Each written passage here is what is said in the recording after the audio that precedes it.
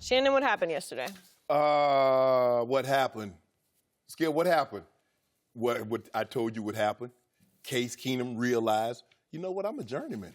I'm a backup quarterback. If you put that pressure on him, this is what we've seen from Case Keenum.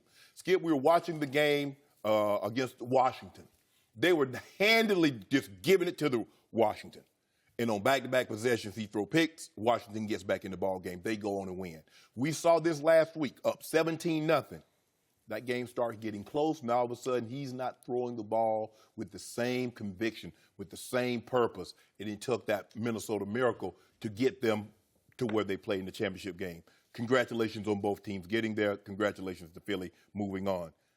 I thought Doug Peterson called as good a game yesterday as he had at any point in time this season. He was unbelievable. Nick Foles played in the year he had 27 touchdowns and 2 picks in one game. Skip, you remember he threw 7 touchdowns in one game. I think it was against the Raiders. Mm-hmm. Nick Foles, I don't believe he can play any better. Again, only 7 incompletions, 26 of 33. Hold on, I might be cheating. I don't want to cheat. Yeah, 26 of 33, 352, 3 touchdowns, 1 sack, didn't turn the football over. And then when they get the lead, this is what they can do. Jim Schwartz can unleash those hounds. Fletcher Cox, Curry, and Jernigan, and Graham, and all those guys, they get to go hunting. And they did a great job. The turning point was the pick 6. Once they turned that ball over, Skip, and they got that crowd into it, Case Keenum did absolutely nothing after that. They challenged, every throw was a challenge, and that's what you have to do. Give the Eagles credit. The Eagles played how, I still don't understand how, and I get it, that Vegas could have Philly as a 3.5-point underdogs at home. I can see if the Vikings had a franchise quarterback, a guy that wasn't a journeyman himself, I think Vegas took the L this week because they had 7 half points skip to Jacksonville, and they had 3.5 here.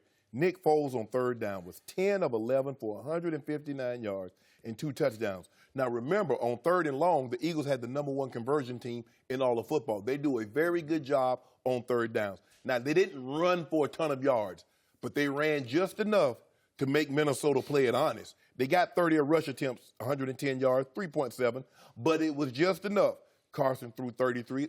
And you see what they was doing, Skip? They were running it just enough. They stick the ball in there, quick throw to Alshon. Stick the ball in there, quick throw to Torrey Smith. Kept them off balance, and next thing you know, we get big shots over the top. Philadelphia Eagles, they played well. I'm surprised that they won by this much, and this is what normally happens. Games get out of hand like this very, very easily, especially in the playoffs. If you have a weakness, if you have a flaw, and you play a team that can exploit it, this is what happens. They had a major flaw as far as not being able to run the football with any conviction, and Case Keenum is what we thought he would be. He's playing from the front. He has a nice cushion. He can throw the ball. He can be really well. But you put him in a situation where you need him to play great in order to win, proof in the pudding. So you wouldn't give him a penny on the free agent market, or you wouldn't? Somebody's going to play him. Somebody's going to pay him, and rightfully so. He's earned the right to go compete. But I do not believe that Case Keenum is going to be someone's missing piece that gets them to the Super Bowl. Because when you skip, you know that's the only position, be it in the draft or be it free agency. The #1 question they're asking themselves: can he take us to that place? They don't ask that of a receiver. They don't ask that of an O-lineman or a running back or DB. But a quarterback, the #1 thing, can he take us there? So Case Keenum did throw 22 touchdowns this year to only 7 interceptions, and he did throw for 318 yards against the 10th-ranked Saints defense last week, albeit up in that Thunderdome in Minneapolis. I do not believe what happened yesterday should be on Case Keenum. Because, remember, Case Keenum started the game 75 yards, 9 plays, touchdown pass to Rudolph. I thought he looked really good. He did. Opening drive, he looked great. Then you're right. The pick 6 changed everything. And why did the pick 6 happen? Because Chris Long made another play in another big game. Way to go, Howie Long's kid. He's back again, and he's back in another Super Bowl, and he's playing for the other team. And why did he say he wanted to leave? Well, he wanted more reps, right? He wanted to be a DN. Yeah, he did. And he is. And we'll see if he can wreak a little revenge. Not that I think he's got any revenge in his heart on Bill Belichick, but he is a playmaker. He always has been. And once again, he has helped that defensive line rotation get this team and lift it to the Super Bowl. But he gets free and rakes the arm of Case Keenum, and the ball flutters. Patrick Robinson picks it, and then nobody seemed to want to tackle him, as often happens in those quick turn plays where all of a sudden you have quick change, and it's like, wait a minute, we got to play defense? You got 5 guys that don't really know how to tackle as far as offensive tackle. And he reversed field, and he started picking up blocks. It's over. And it was over.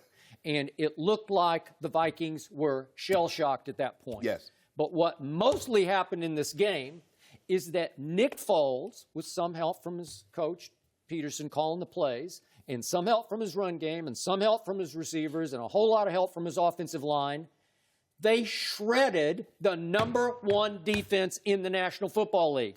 The #1 defense on third down all year long was the Minnesota Vikings. And through 3 quarters yesterday, Nick Foles and company were 8 out of 10 on third down. 8 out of 10? They had the best third down defense since the 1975 Purple People Eaters. So you got to go back 40-plus years to have a defense that did what this Minnesota Vikings team did on third down. On third down. And just through 3 quarters, it was 8 out of 10.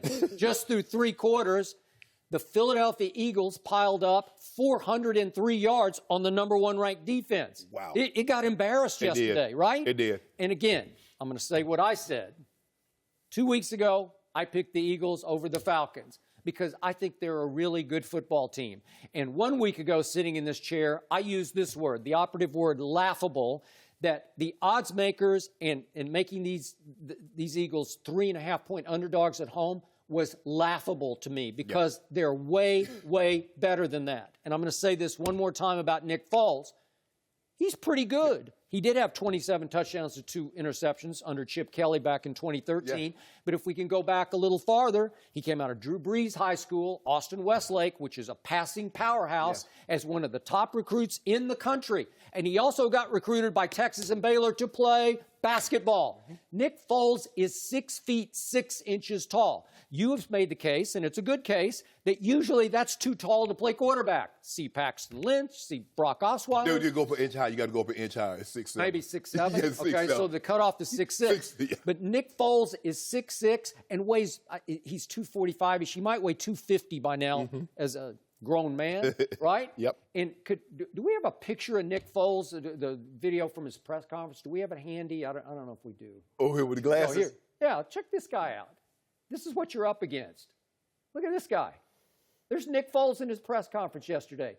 He looks like he could do your taxes, right? Yeah. He's trying to sell you something. That's that guy? Yeah. He about to sell you something, Skip. I don't know what it is.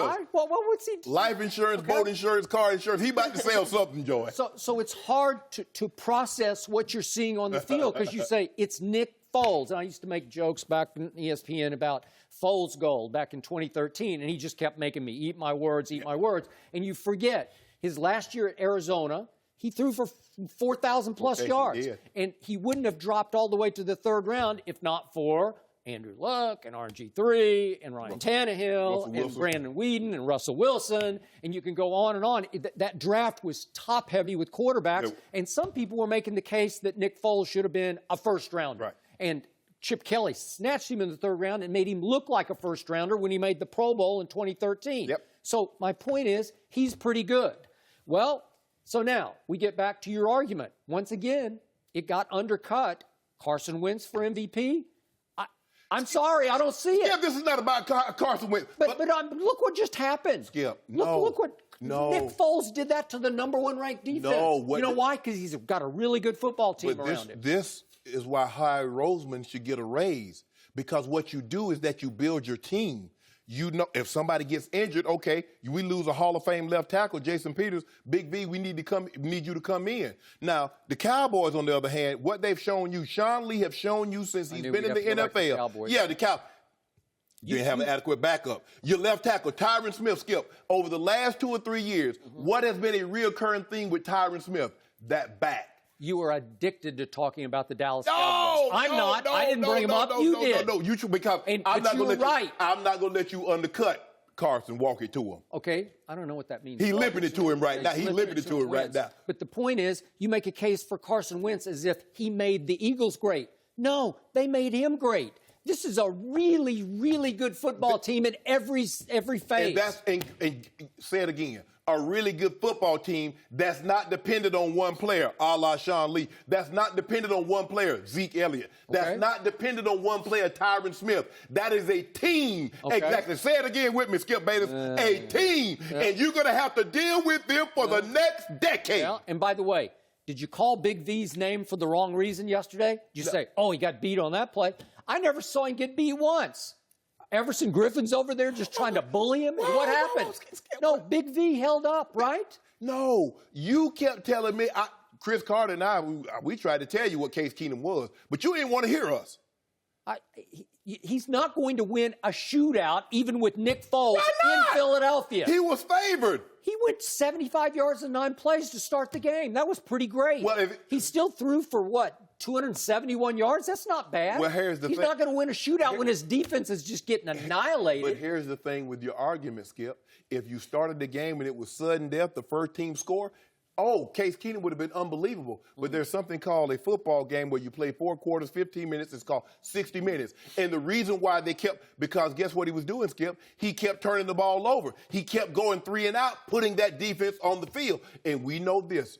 No matter how great your defense is, if you put them out there on the field enough, bad things will happen. Okay, but Case Keenum's next turnover came when he gets blindside blasted, right? And they were in field goal range. Who knows what could have happened, Joy? Okay, where's his left tackle?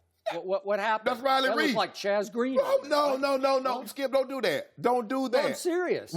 Just because Barnett just came and just blasted the ball out of his hand. How about this here? Just because the guy gets beat for a sack doesn't mean you have to lose possession of the ball. You got to hold on to it.